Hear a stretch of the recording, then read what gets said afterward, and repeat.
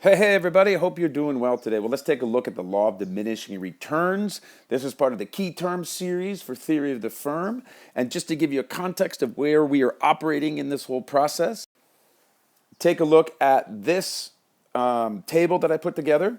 This is a table of costs. We're talking about cost, revenues, and profits, right? In the cost section, we are looking at the law of diminishing returns, right? Which is one of several, as you can see, general terms for costs. Short run costs are here, long run costs are there. You will see subsequent videos and previous videos that cover these other topics. In this video, the idea is that you get all the information you need to know about law of diminishing returns and how it is, understanding it is going to help you understand your studies. So, check it. Before I read these words, just listen to me for a second, okay? This is logical. This is something that you can understand without all those words on a page. And sometimes in economics, the words on the page like confuse you more. All right, check it out. If we have a classroom and there are 10 kids in the classroom and we want to make coffee cups out of ceramic, okay? There are 10 workers in there, and I hired the 10 workers as the boss. Why? Because I know that they could fit in there comfortably. Because I know with one worker, from one worker to two workers, I can make more product.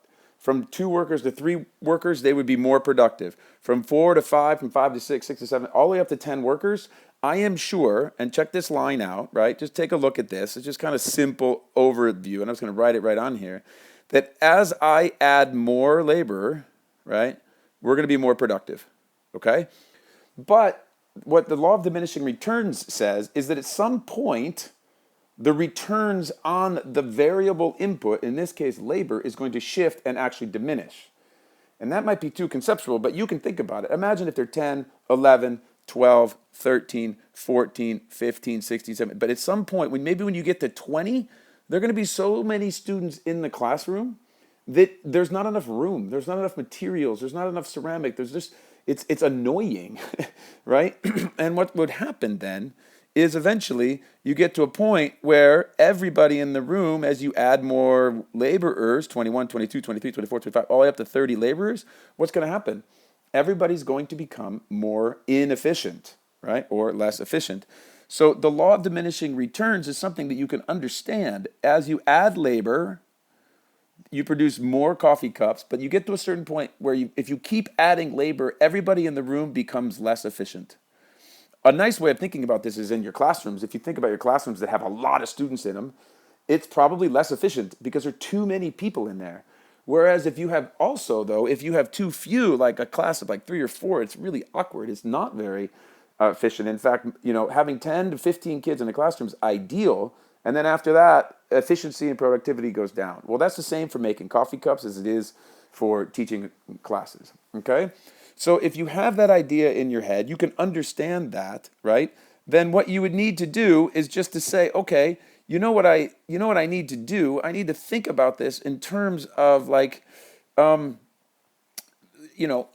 vocabulary. So check it out. The law of diminishing returns is a law that states as more units of a variable input, such as labor, are added to fixed inputs, such as land or capital, the marginal product of the variable input at first increases, but there comes a point when the marginal product of the variable input begins to decrease. So if you think of what's the product? The product is coffee cups, and as we add labor, all those laborers become more efficient, but then at some point they all become less efficient, right? And the marginal product is their ability to make one more coffee cup. So it's pretty straightforward. You can understand that, okay? Another way of saying this is an excellent definition as well.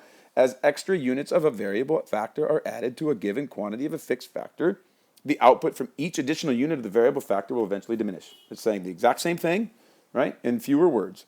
Now, if you understand this, it is really quite important because this is the underlying ideas behind the diminishing marginal returns that we will get with product or with with product. It is also with the diminishing average returns that we will get. And we'll talk about that in a subsequent video. But the law of diminishing returns is a general idea that's critical to your understanding of IB economics.